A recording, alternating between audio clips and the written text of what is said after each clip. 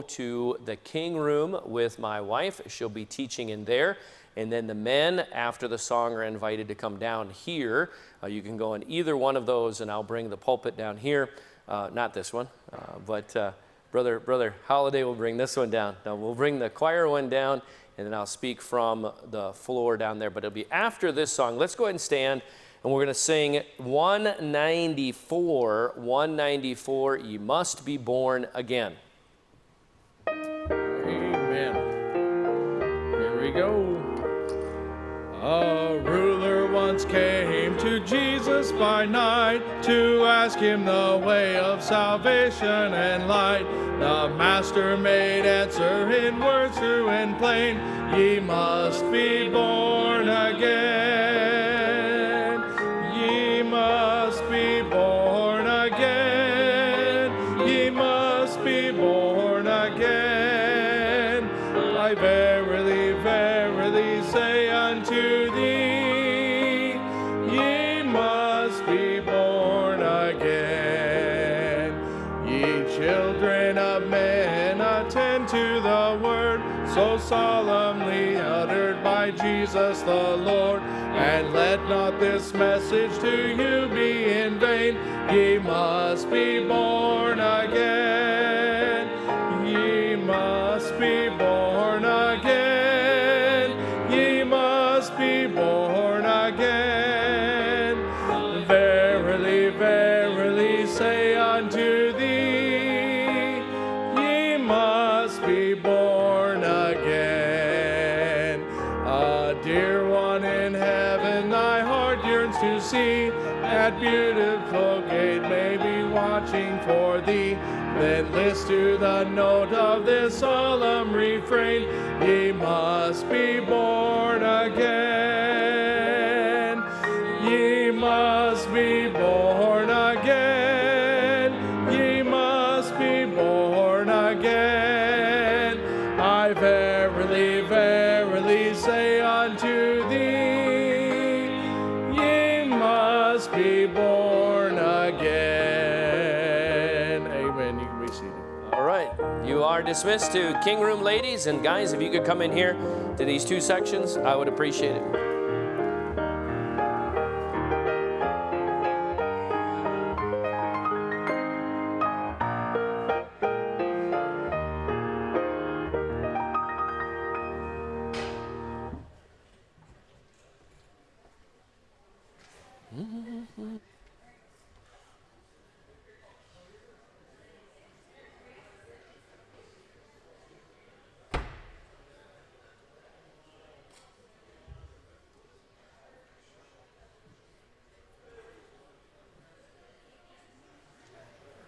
He must be born again. Yeah. And just a sounds fine. A little loud just because I'm right here, but yeah. Although they are close, so maybe. Yeah. Daniel chapter number 1. Daniel chapter number 1. Daniel chapter number 1. There is closed caption, Randy. Somebody could. Tim, can you let Randy know there is closed caption? They did turn it on for him, so he can see. There he goes.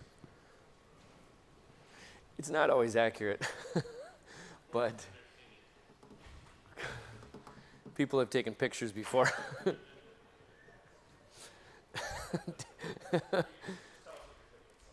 Wow.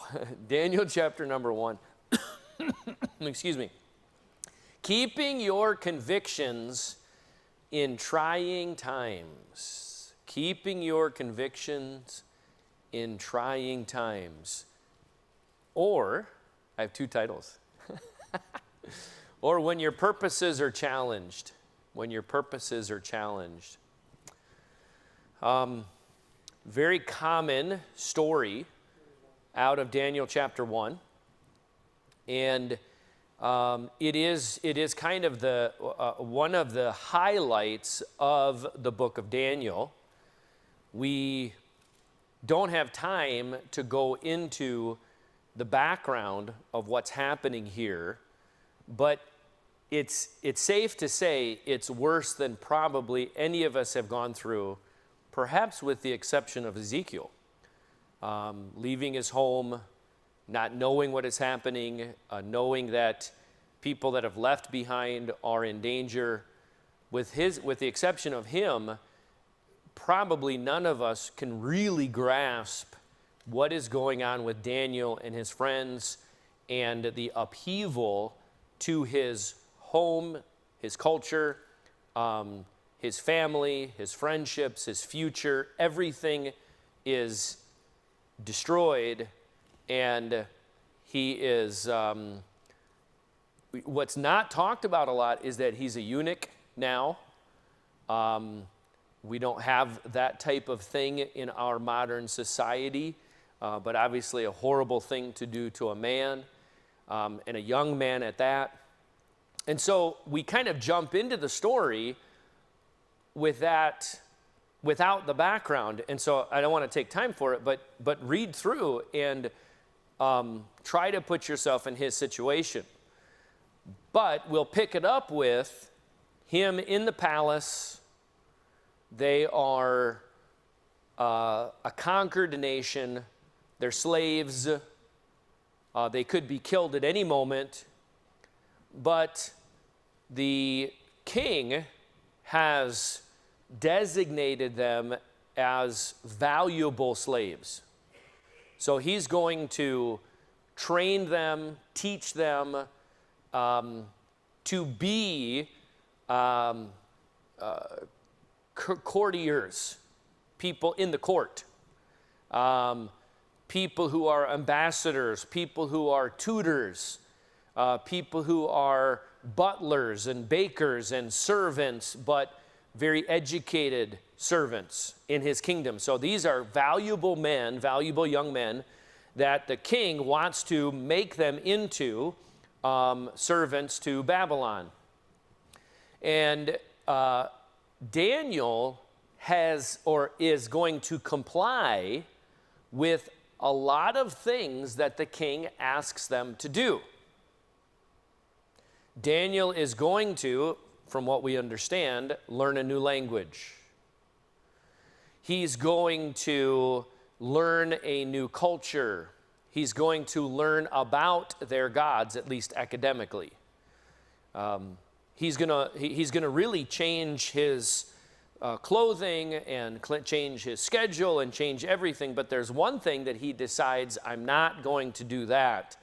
And he refuses to eat the king's meat and drink the king's wine. Now we can read that. Somebody read that for me in verse number 8. No, verse number 8 of Daniel chapter number 1. Who can read that for me? Brother Steve.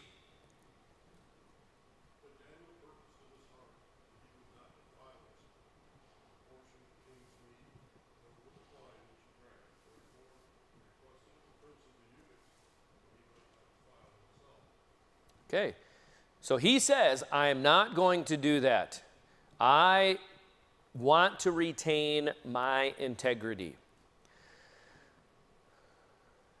How important is it for leaders to purpose in their heart to do something? How important is it for leaders to make decisions? How important is it for leaders to have some lines that we draw in the sand? Although I've always been curious about why we say lines drawn in the sand, because they always go away when the water comes. So don't say line in the sand. But anyway, we do that.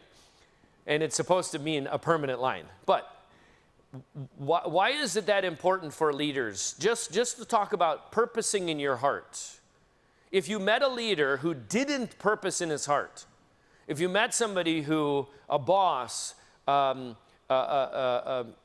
politician or whoever that had some leadership position and they did not make those decisions, and I'm not talking about right or wrong, I'm just saying any decisions, they were not able to do that. What would that tell you about them?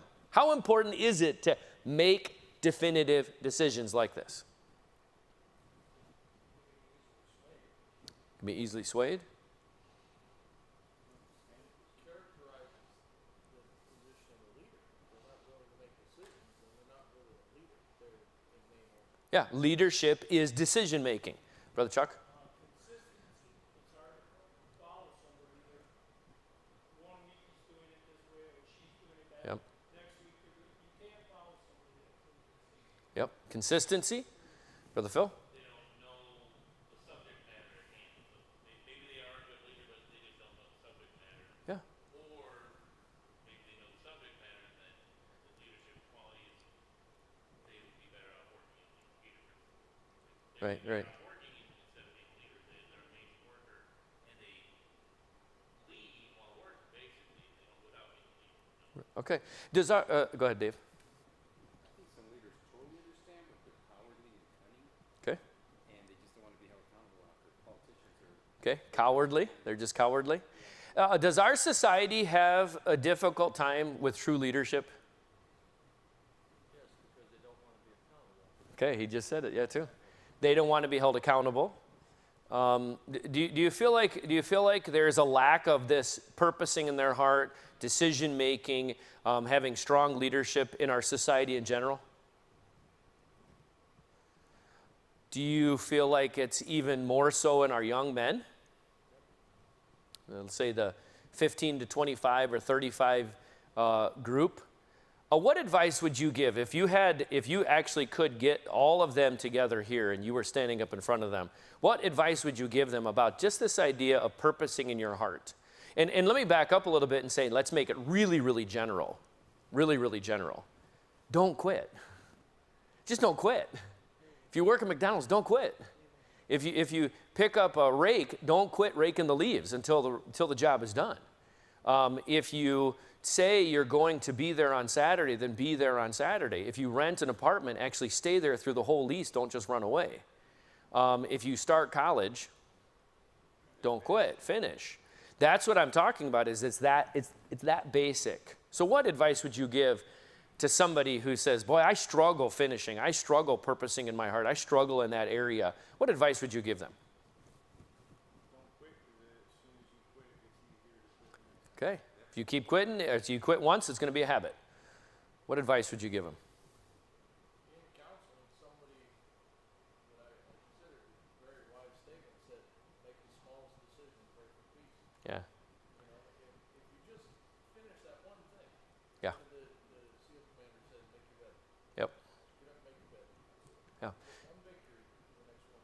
Yeah, if you struggle with long-term commitment, just commit today. Get one foot in front of the other. Finish mowing the lawn. Finish making your bed. Finish doing the dishes. Make sure that you do these things, and then that'll help you for the rest. Anybody else? Anybody else? There's a statement, paralysis analysis. Huh? Paralyzed by perfection, but how can we understand that sometimes I'll jokingly say, hey, either way I do it wrong, or you're not doing it at all. Yep. And how can people understand that sometimes moving forward, oftentimes moving forward, creates a bunch of mistakes. You're trying to do it. Yeah. You make mistakes. Anybody that's done anything? Make a mistake. So just get Yeah. over that, understand you make a mistake. Those of us that have been there before, we understand you make a mistake. Well, I like, when you lean forward, what's going to happen, you're going to start momentum. And you might make a few mistakes, but at least you're leaning forward. At least you're going in the right direction. Yes, sir? Yeah.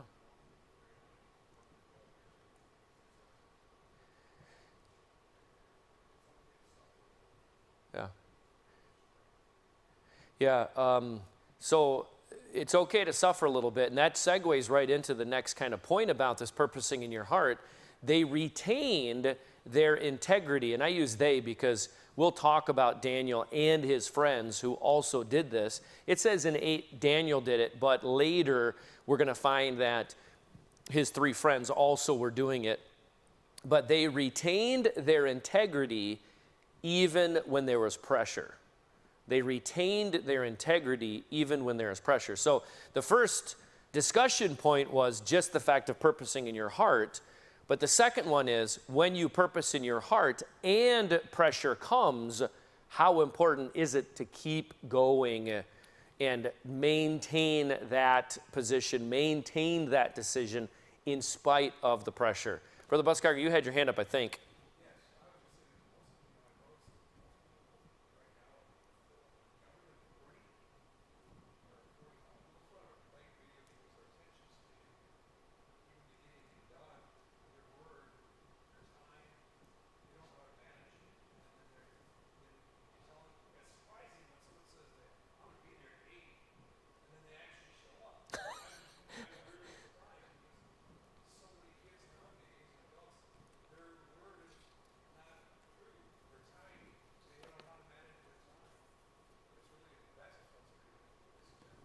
Yeah.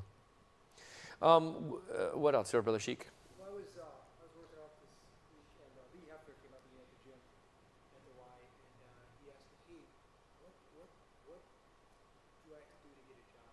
What do you look for?" I said, "Lee," he says, I go back to school, right?" I said, "Lee, you don't have to go back to school." Yeah. I said, "Have a good attitude, show up for work, be dependable, but have a good attitude, be dependable, and stick with it. Right. Stick with it, because you can't just think of the next thing and move on to it, finish it. Employers want to see somebody who's there for 3 years, 5 years, have that history, have that track record." So anyway, Yeah. he said, "Oh, thanks so much. I don't have to go back to school." I'm like, "No, you don't have to go to school." I go, "That's not the most important thing." Yeah, advertisement keeps telling people you deserve it. You deserve it. You deserve the vacation. You deserve the credit card. You deserve the good time. You deserve all of this. And then socialism comes along and says everyone should have equal opportunity. And so if somebody has more opportunity, then they're evil. And so you rob them of their opportunity. And so without doing anything, you should have success. And then they demonize profits. I mean, there are politicians, Joe Biden, getting up and saying they've made record profits. Like 25 years ago, we would all applaud. We would applaud a business for making record profits, but he's saying, do you realize they make record profits? Oh, that's terrible. Well, that doesn't make any sense. So it still comes back to this thing of pain is bad, anguish is bad, suffering is bad, any type of pain and suffering is bad. And so if there is pain and suffering, then automatically people just stop. They quit because they think it's all about pleasure and nothing about pain. And Daniel, he didn't avoid discipline or responsibility or pain or work. He actually avoided pleasure because he didn't get the meat or the wine, which caused him pain simply to do what's right. He avoided pleasure, which caused him pain simply because he wanted to do what's right. And he didn't doubt God, like, God, well, if I say no to this steak, certainly I'm going to get something better. Well, not necessarily. It doesn't always work that way. And you know all that. But again, what advice would you give to a young person about just his whole outlook on pain, his whole outlook on discomfort, his whole outlook on suffering? I got a farmer back there, Brother Sturts. Being a farmer is super easy. Happiness, prosperity.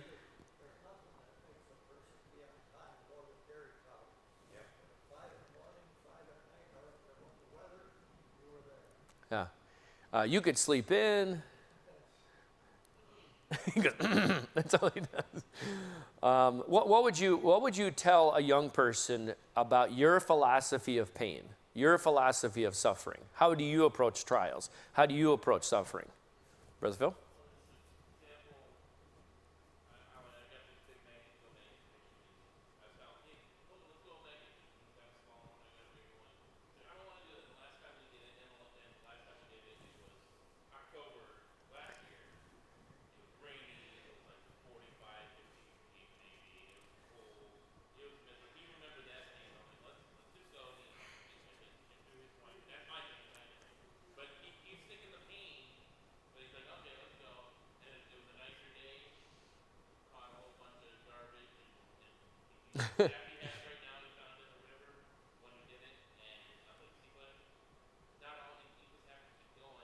Yeah.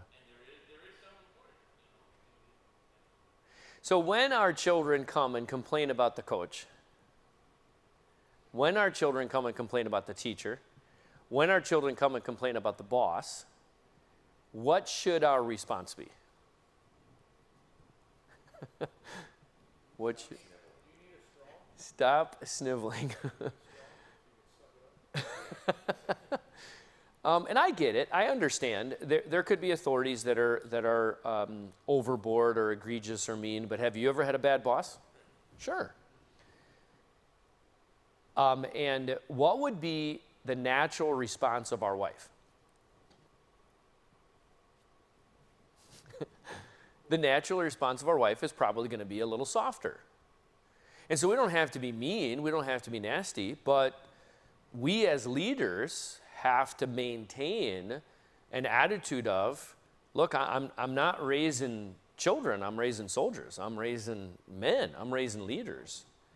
And so if they signed up for it, they're going to finish it. And it doesn't matter if it's a sporting event or an art class or a musical instrument. If I signed up for 10 lessons, you're going to do 10 lessons. If I assigned you the chore, you're going to do the chore. I do believe that really does come back to what we're talking about with Daniel. And you know the story that eventually either him or his friends have to make a public declaration when they bring the statue, and they have to bow to the statue, and of course they don't, and they get thrown into the fiery furnace. And then later, there's a law that says you can't pray, and Daniel, of course, does pray, and he gets thrown into the lion's den, and those wonderful victories happen later. But I don't think those happen unless Daniel learns to make his bed. Unless Daniel learns the habit of purposing in his heart and keeping those convictions even during trying times. Now, I want you to see that other people are affected by what we do. Other people are affected by what we do. Rarely are these decisions contained within ourselves. Rarely are these decisions contained within ourselves. We influence other people. We influence other people. Look at verse 11 and 12. Verse 11 and 12. Who can read verse 11 and 12? So Daniel purposes, Brother Mayo. Then said Daniel to Melzar, the prince of the eunuchs, had set over Daniel, Hananiah, Mishael, and Azariah. Rule thy servants, I beseech thee, 10 days, and let them give up pulse to eat and water to drink. Okay, so what I wanted to point out on these verses is that it's plural now. He says, let us. I beseech thee for us, give us to drink and us to eat. So now there's 3 boys that are with him, Shadrach, Meshach, and Abednego, or Hananiah, Mishael, and Azariah. So there's people that are influenced by our good decisions. It's Daniel that purposed, perhaps he was the spokesman, but it is that, in a sense, the furrow that we plow, that other people also get encouragement. When you have one kid who obeys their parents, then other kids follow. If you have one kid who pays attention to the teacher, then other kids follow. How important is it to surround yourself with other people who purpose in your heart? How important is it to surround yourself with people who are also heading in the right direction? And the opposite is true. How can it negatively affect you if you're not in that right crowd? What do you guys think? It's the reality of the statement that's been thrown around for years, that you're the sum of your 5 closest friends. And the impact that the people that you spend a lot of time with, you can't overstate the power, positive or negative influence in it. So somebody said, you are now or you soon shall be what your friends are. You are now or you soon shall be what your friends are. Somebody else said, tell me what you read and tell me what you watch and tell me who you hang around. I'll tell you who you are. Brother Ken? Paul warned Timothy about Philetus. He said, separate yourself from these. You will be a servant, ready to serve. Wow. And so he warned him against these 2 that were apparently associating themselves with Timothy and they were not a good influence. Wow.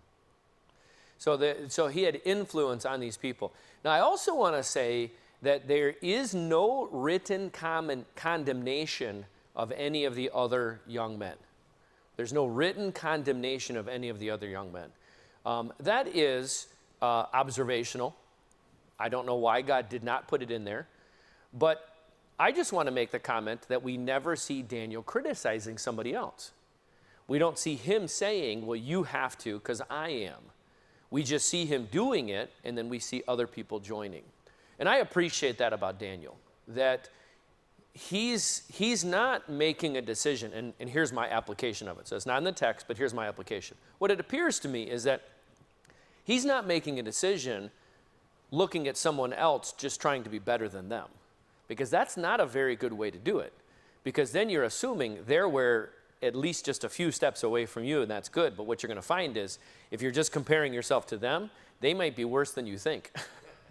You know? And so if you just stay a couple steps ahead of them in the race, then you get to the end, you're like, oh, you're number 54. I'm like, I thought I was first because I was standing in front of them. Don't compare yourself to them.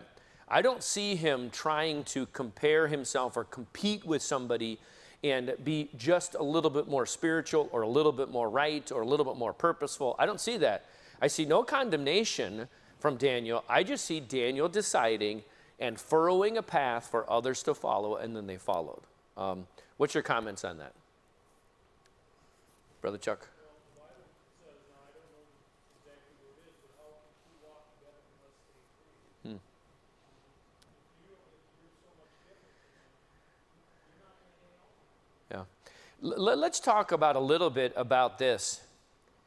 How difficult is it to keep doing right when you're lonely?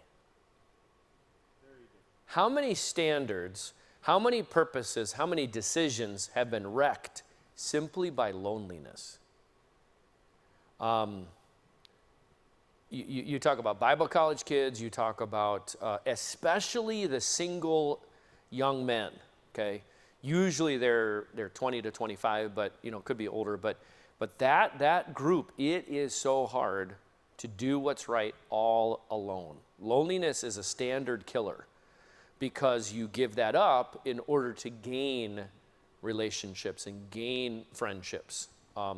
So conversely, if you want to keep a standard, try to find somebody who will support you in that. If you want to keep a purpose, try to find somebody who supports you in that. Thus, it's important to go to church. I mean, if I can't emphasize anything else, it's that. I know it gets a little bit busy in life, right? Who is not busy? Raise their hand. Everybody is, and even the retired folks, they're like, I thought I'd be less busy. No, I'm even more busy than I was before. But we're all busy, and I know a Sunday morning, Sunday night, Sunday school, Wednesday night revival, missions conference, like, oh my goodness. And I know you can't be to everything because you've got other schedules. But I like coming here simply because I know we all basically believe the same. And I'm not lonely in trying to be holy and trying to be true to God. Brother Tim? I'm sorry, did you have your hand up? Okay.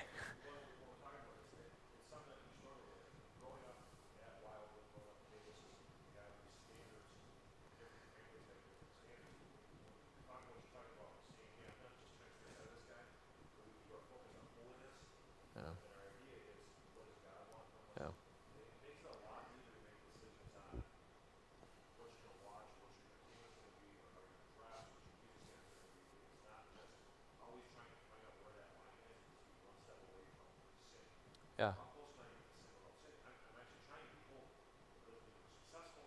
Yeah.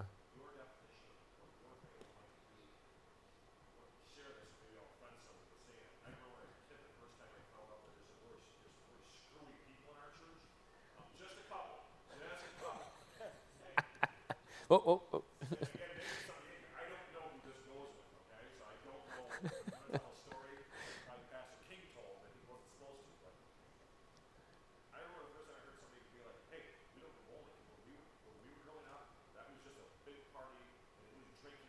Yeah.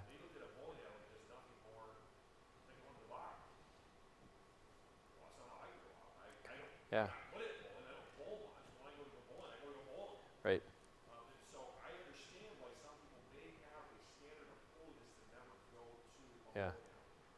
because of how they see that. That's great for their family. I'm not judging them for that. Yeah.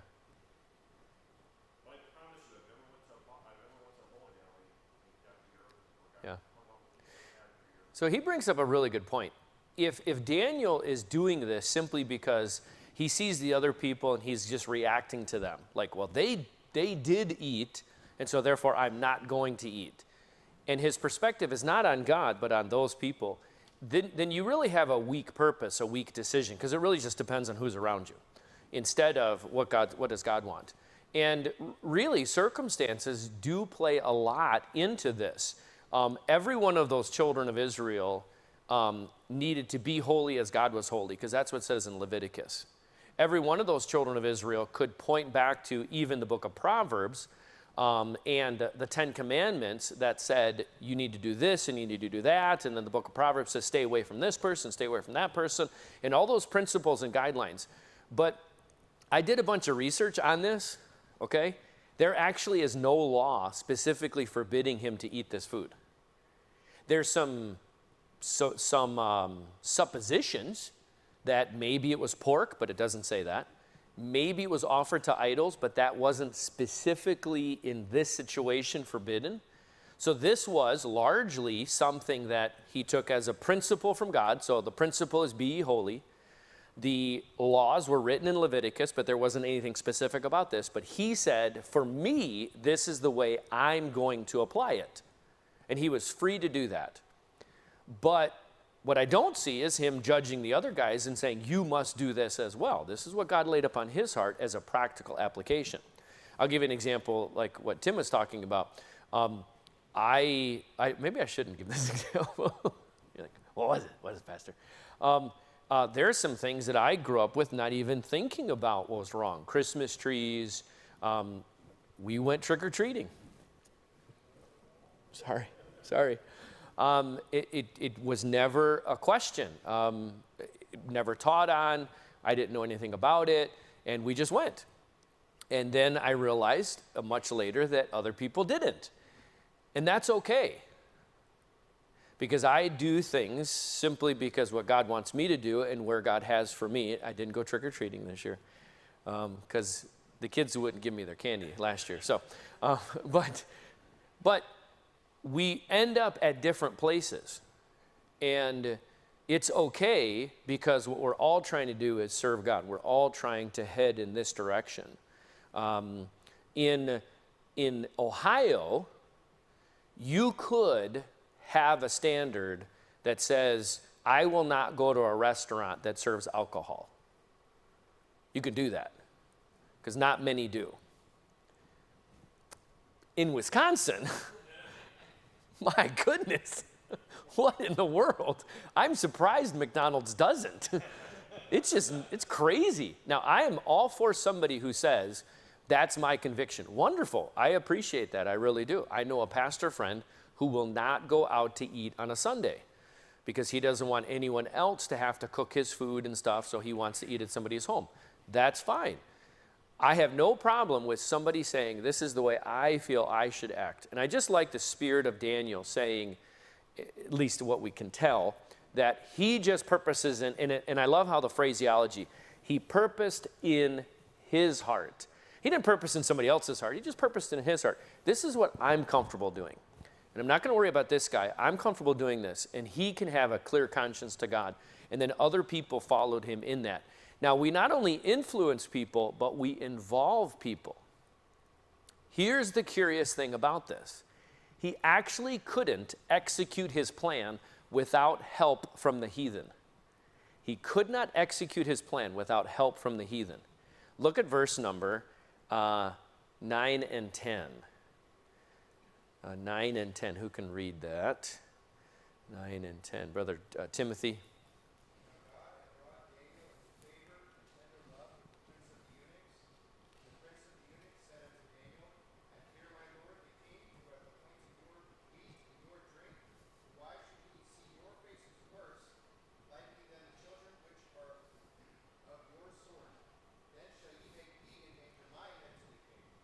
Who's really at risk here? Who has the most skin in the game? Literally. The prince, not Daniel. It would be easy for me to come to missions conference and say, I pledge $1,000 a month to missions. Heather, give me your grocery money. and you'll see a big welt on my head. We have to be careful understanding who we're actually risking, who is involved in the sacrifice. I'm a big believer in all those who are involved in the sacrifice should be involved in the decision. Be very careful making decisions for your family just kind of out of hand. Maybe God is dealing in your heart about a certain standard, the television or dress standards or whatever. And it's easy if you have no kids. It's easy when you're dating because you can decide that and basically tell the future wife, this is what you're going to get. I'm not changing. This is what I am. Great, wonderful. And you actually should have those conversations. That's wise. So then she knows what she's getting and she agrees and you work together. Now you have kids and then you've got it established. Okay. Then the kids are going to follow and you have your standards for chores and you got your standards for dress and you got your standards for entertainment and also understand everybody has standards. Everybody does. You have something that you're going to do. But it's a lot harder when you didn't realize something. But also understand everybody has those moments. Everybody has those moments where the kid is 13 or 16 or whatever, and you have this aha moment like, whoa, I can't believe I've been doing that. Or I can't believe I haven't been doing that. We need to do family devotions, or we need to pray for our missionaries, or we need to change this thing that we're doing. Be very, very cautious and careful on how you do that. Because if you just walk in and say, okay, kids, we're all sacrificing the television. We're all sacrificing this thing. There's no discussion. There's nothing because I'm the head of the home. Not going to work because you are choosing their sacrifice for them. Now be very careful. So here's some ideas. If it took you 4 or 5 weeks, let's say God just put it on your heart this day, and you struggled with it and thought about it and weren't sure about it, and you talked to a couple of people and you prayed about it and you thought about it, and it took about 3 or 4 weeks for you to come to that conclusion, at least give them that time. Negotiate. I'm thinking about this, and I'd like to get to that point maybe in 6 months. So what do you think about making these step by step by step? Those type of things make it a lot more palatable because the truth is Daniel also did this with this guy. Here's the amazing thing about this standard. He gave control of it over to the prince. And he said, let's have a test. Look at the test that he does. Somebody read 11 and 12 and 13. 11, 12, 13. We already read it, but 11, 12, 13. Phil? Then said David, whom the prince of the eunuchs had set over Daniel, Hananiah, Mishael, and Azariah, prove thy servants, I beseech thee, 10 days, and let them give us pulse to eat and water to drink. Then let our countenances be looked upon before thee, the countenance of the children that eat the portion of the king's meat, and as thou seest, deal with thy servants. As you see. Now, somebody could take that as saying, well, Daniel would have died for this, and maybe he would have, I don't know. I take it as, I will back off. That's how I take it. You could take it different, but that's how I take it as, I'll back off. You give us then the meat and the wine, but this is how I want you to deal with us. Give us 10 days to deal with this. There's a couple things that I see here. First of all, politeness goes a long way. You see the word request all throughout it. Politeness goes a long way. He didn't demand. He didn't go up to me like, you are the devil. You are standing in the way of my decision, and I'm going to kill you. Whoa, whoa, whoa, whoa, whoa, whoa, whoa. The guy is literally saying, see it from my perspective. You can have this standard, and frankly, I don't care. And God has already given me a love for you and a friendship in verse 9. It says God brought Daniel into favor and tender love with the prince. So he'd already had he's already sympathetic to Daniel, but he's like, look, help me out here. I want to help you, but if the king sees any change, you have no value. So again, this is one of those things that we don't really understand, okay? Because in America, people have value. Even though we have abortion and that's awful and terrible, And even though we have people with euthanasia and all that stuff, and it's an awful, terrible society that we live in because of those things.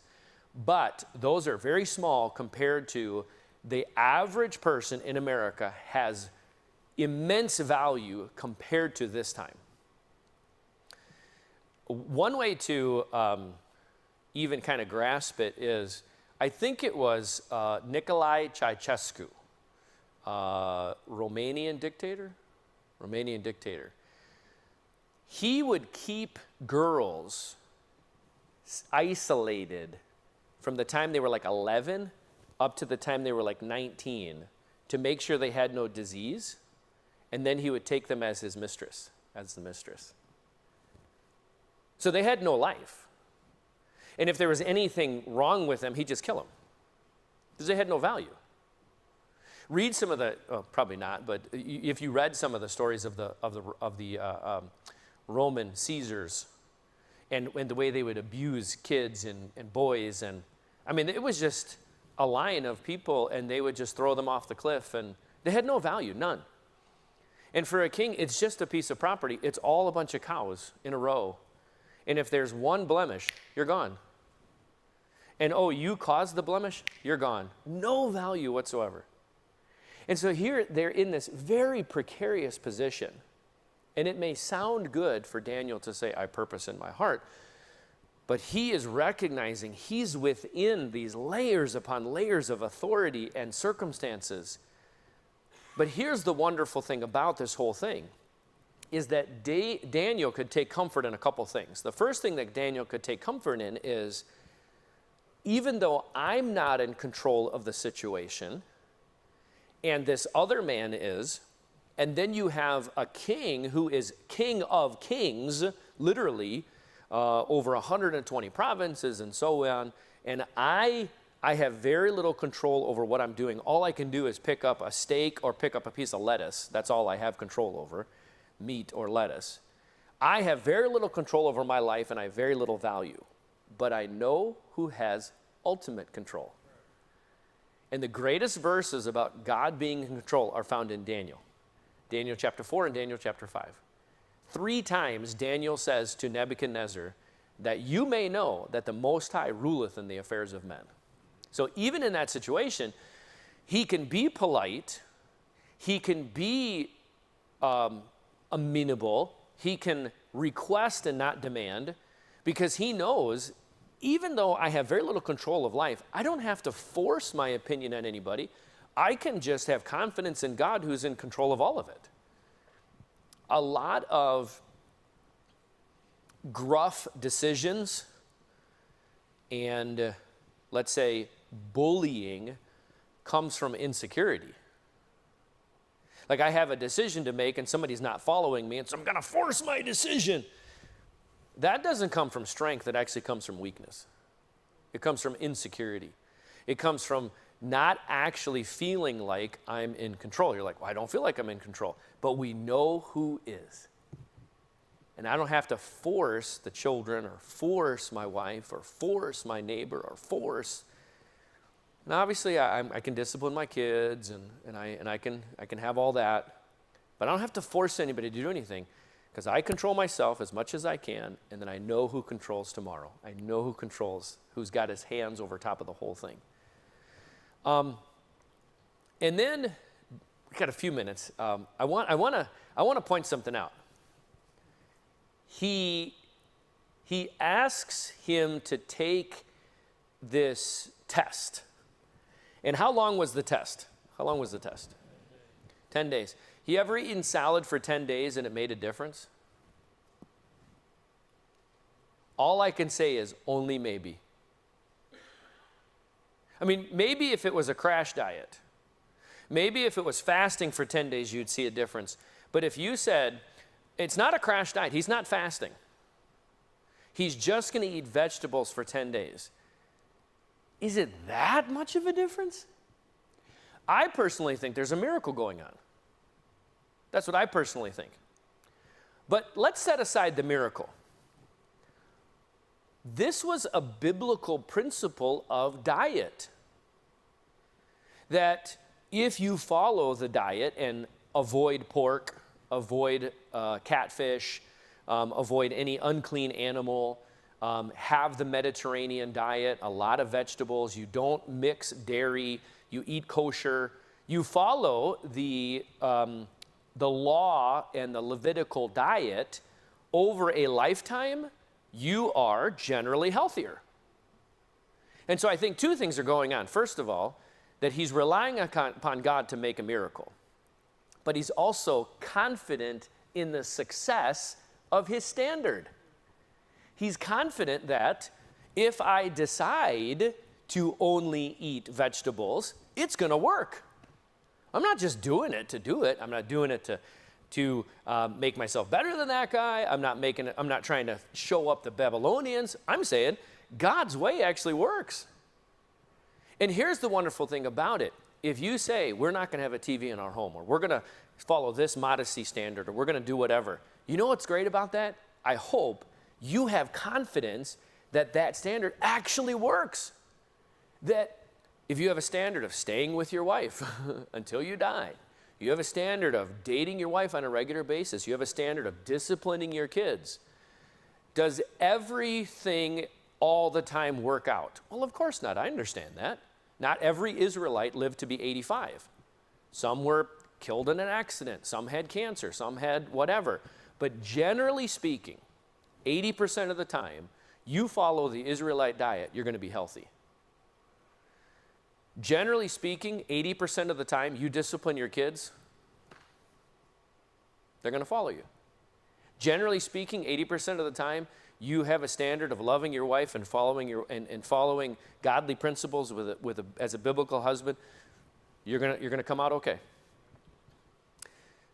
Obviously, people can sabotage. People have to make their own decisions. But that's the beauty of the standards is that Daniel was confident, look, give me enough time and this is going to work.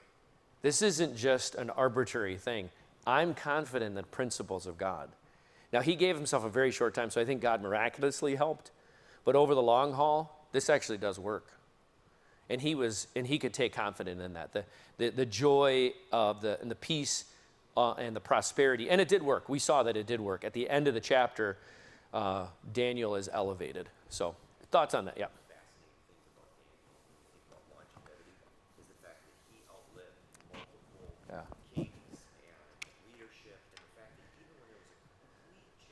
Yeah. Babylonians are kicked out, Medes and Persians come in, they immediately recognize his value within their kingdom.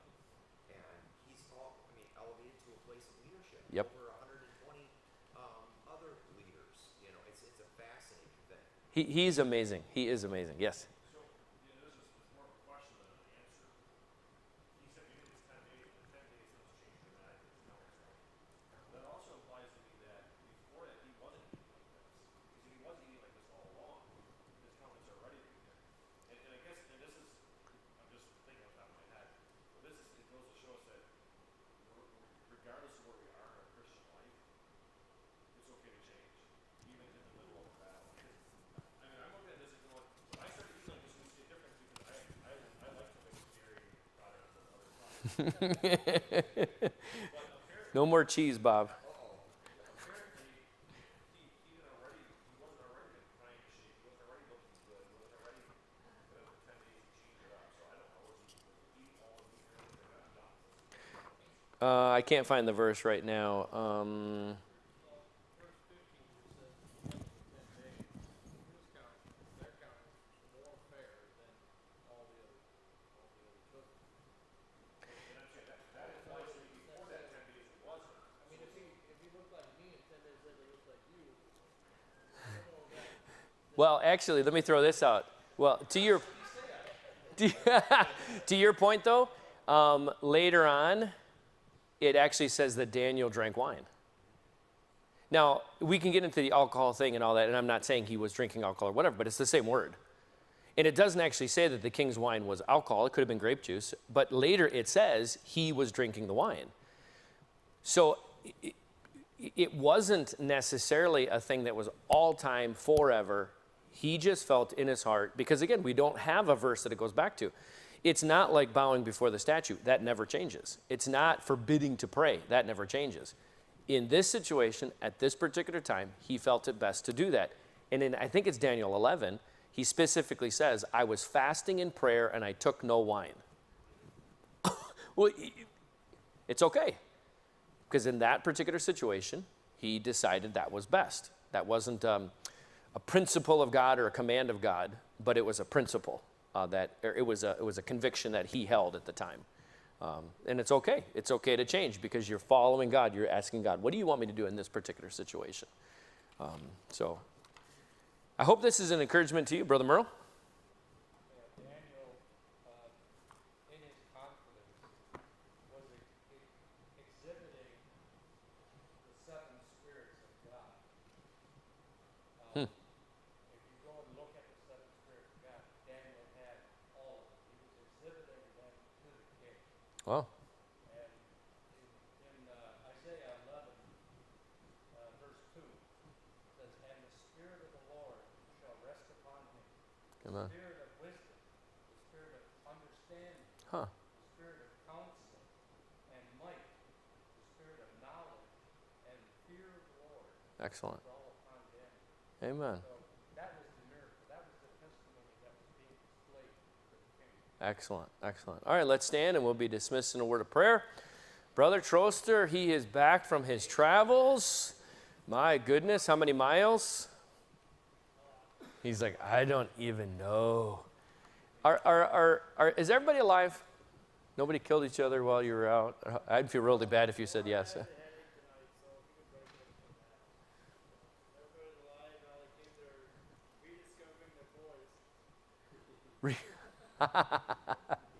Can you pray for us, Brother Troster?